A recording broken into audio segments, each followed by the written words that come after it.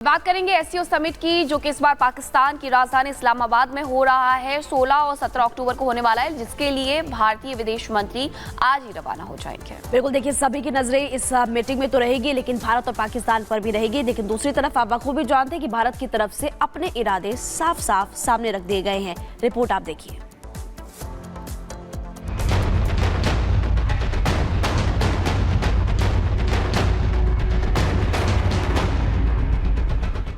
नौ साल का लंबा समय और इतिहास एक बार फिर खुद को दोहराने जा रहा था। वो समय था जब सुषमा स्वराज विदेश मंत्री थी और हार्ट ऑफ एशिया कॉन्फ्रेंस के लिए पाकिस्तान गई थी। आज उनके ही विदेश सचिव रहे एस जयशंकर बतौर विदेश मंत्री पाकिस्तान पहुंच रहे हैं। उस समय को आज 9 साल बीत चुके हैं। नदी में बहुत पानी बह चुका है। बीते लगभग एक दशक में पहली बार भारत का कोई विदेश मंत्री पाकिस्तान जा रहा है। हालांकि विदेश मंत्री एस जयशंकर ने पाकिस्तान की यात्रा के दौरान पड़ोसी देश से किसी भी प्रकार की बातचीत की संभावना से पहले ही इनकार कर दिया है। उन्होंने साफ किया है कि उनकी यात्रा का मकसद केवल एससीओ बैठक में हिस्सा लेना है और इसी मजबूरी के कारण उनकी यात्रा जरूरी है। यह यात्रा एक बहुपक्षीय आयोजन के लिए होगी। मैं वहां भारत पाकिस्तान संबंधों पर चर्चा करने नहीं जा रहा हूं। मैं वहां एससीओ का एक अच्छा सदस्य बनने जा रहा हूं। लेकिन आप जानते हैं, चूंकि मैं एक विनम्र और सभ्य व्यक्ति हूं, इसीलिए मैं उसी के अनुसार व्यवहार करूंगा। लेकिन जयशंकर के पाकिस्तान दौरे को लेकर वहां की मीडिया में खूब चर्चा है। उनके इस दौरे को लेकर कई मतलब निकाले जा रहे हैं। पाकिस्तान के प्रमुख अखबार डॉन ने हाल ही में विदेश मंत्री के पाकिस्तानी दौरे को लेकर 2 अलग अलग खबरें प्रकाशित की। एक रिपोर्ट में लिखा गया,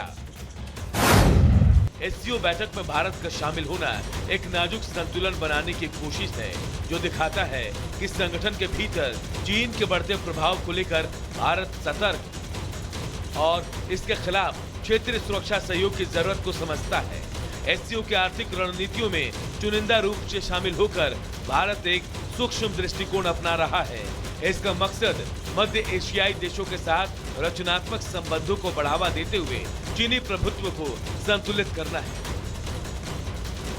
16 अक्टूबर तक चलने वाले इस समिट में भारत के विदेश मंत्री एस जयशंकर के अलावा चीन के प्रधानमंत्री ली कियांग, रूसी प्रधानमंत्री मिखाइल मिशुस्तीन समेत कई देशों के प्रमुख शामिल होंगे।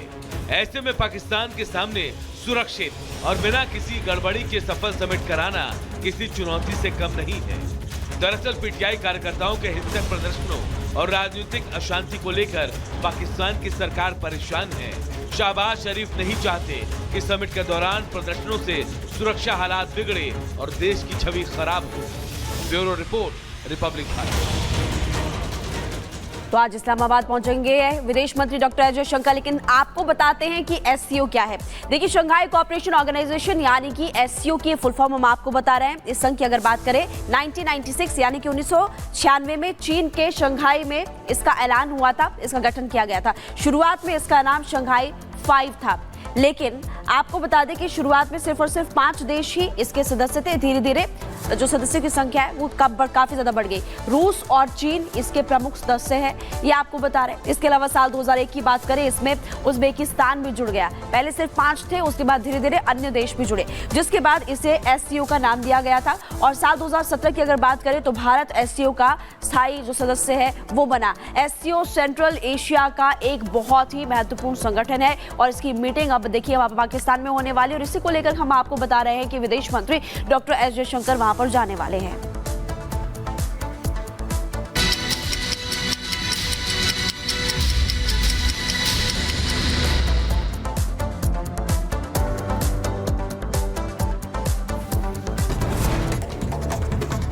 कनाडा के खिलाफ भारत का सख्त एक्शन देखने को मिला। भारत ने कनाडा के 6 राजनयिकों को किया निष्कासित। उच्चायुक्त समेत 6 राजनयिकों को 19 अक्टूबर तक भारत छोड़ने का आदेश।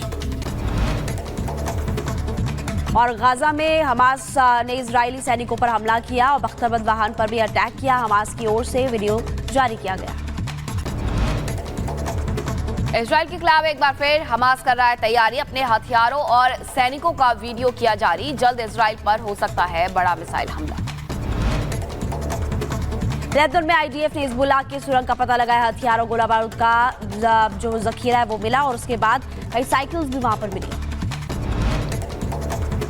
लेबनान की राजधानी बेरूत पर हमला रहेगा जारी। इजरायली पीएम नेतन्याहू बोले हिजबुल्लाह के आतंकी बख्शे नहीं जाएंगे। पीएम नेतन्याहू ने गोलानी जेल का भी दौरा किया, हालात का पता लगाया। आतंकवादी संगठन हिजबुल्लाह ने ड्रोन से अटैक किया था। उत्तरी इजराइल पर एक बार फिर हिजबुल्लाह ने किया हमला। कारमील में कार पर गिरी मिसाइल, कार पूरी तरह से तबाह हुई। लेबनान के बेका में इजराइल ने एयर स्ट्राइक की, घाटी में जगह जगह पर बमबारी की। रात में भारी बमबारी की वजह से दहल उठा पूरा इलाका।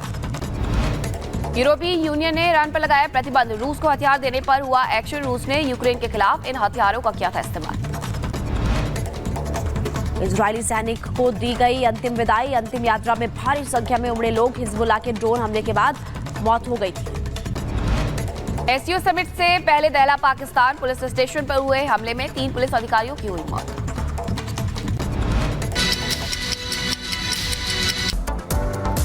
और ब्रेक के बाद एक बार फिर से आपका कुचिना स्टूडियो में बहुत स्वागत है। अब बात करेंगे बहराइच की। बहराइच में जो 2 पक्षों में संघर्ष हुआ वो कहीं ना कहीं खूनी संघर्ष में तब्दील हो गया, जब एक शख्स को 13 गोली मार करके उसकी हत्या कर दी गई। देखिए, पूरे इलाके में तनाव काफी ज्यादा बढ़ गया है। इंटरनेट सेवा को बंद कर दिया गया। पूरा इलाका छावनी में तब्दील हो चुका है। आपको दिखाते एक रिपोर्ट।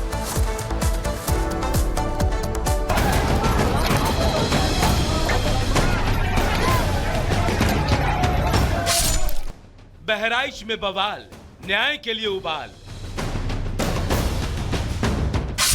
आरोपी सलमान की तलाश, पीड़ित परिवार को योगी से आस। यूपी के बहराइच में प्रतिमा विसर्जन के दौरान शुरू हुआ बवाल अब भले ही खत्म हो चुका हो, लेकिन शहर से लेकर गांव कस्बों तक हिंसा के निशान दिखाई पड़ रहे हैं।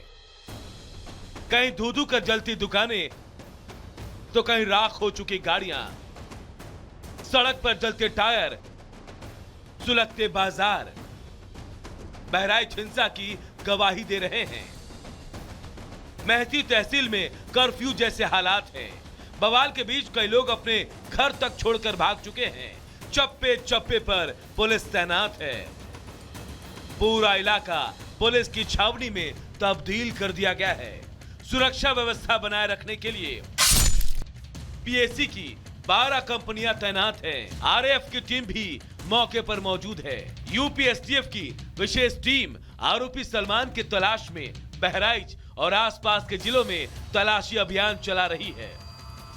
मामले को लेकर प्रशासन बेहद सख्त है। इस बात को इसी से समझा जा सकता है कि एडीजी एलओ अमिताभ यश खुद बहराइच में डेरा डाले हुए हैं। गृह सचिव संजीव गुप्ता, एडीजी केस प्रताप सहित सभी उच्च अधिकारी देर रात तक मामले पर मंथन करते रहे। यही नहीं, सीएम योगी खुद पूरे मामले पर नजर बनाए हुए हैं। योगी अधिकारियों से हालात से जुड़ी पल पल की जानकारी भी ले रहे हैं। लखनऊ से लेकर बहराइच तक बैठकों का दौर जारी है। आज हिंसा में मारे गए राम गोपाल मिश्रा के परिवार वाले लखनऊ पहुंचने वाले हैं, जहां उनकी मुलाकात सीएम योगी से होगी। मुख्यमंत्री परिजनों से मुलाकात कर पूरे घटनाक्रम की जानकारी लेंगे। मामला धार्मिक आयोजन से जुड़ा था तो हिंदू संगठनों और संत समाज में गुस्सा होना जायज है। देश भर से हिंदू संगठन मामले पर कड़ी कार्रवाई की मांग कर रहा है। केवल वहीं पर क्यों, पूरे देश के अंदर यही ट्रेंड देखने को मिल रहा है। कभी दुर्गा विसर्जन के जुलूसों पर हमला कर रहे हो, कभी गणेश विसर्जन के जुलूसों पर हमला कर रहे हो, कहीं गरबा के पंडालों पर हमला हो रहा है, कहीं पर दुर्गा पूजा के पंडालों के ऊपर भी हमला करके प्रतिमा को अपमानित करने का प्रयास कर रहे हो। कब तक करोगे? क्या हमारा हर त्योहार ऐसे ही तनाव से गुजरेगा? उत्तर प्रदेश शांत प्रदेश था, इसको दंगाइयों ने अशांति की ओर ले जाने का प्रयास कर रहा है। मुझको लगता है कि योगी जी सरकार की जो पुलिस प्रशासन की व्यवस्था है, जो भी लोग इसमें गुनाहगार हैं वो बचेंगे नहीं। इनकाउंटर होगा, बुलडोजर चलेंगे। बीते 3 दिन से सुलग रहे बहराइच में हालात को काबू करने के लिए प्रशासन हर संभव कोशिश कर रहा है। बहराइच में हिंसा तो थम गई, लेकिन दहशत अभी तक बरकरार है। इस दहशत को सरकार जितनी जल्दी खत्म कर देगी,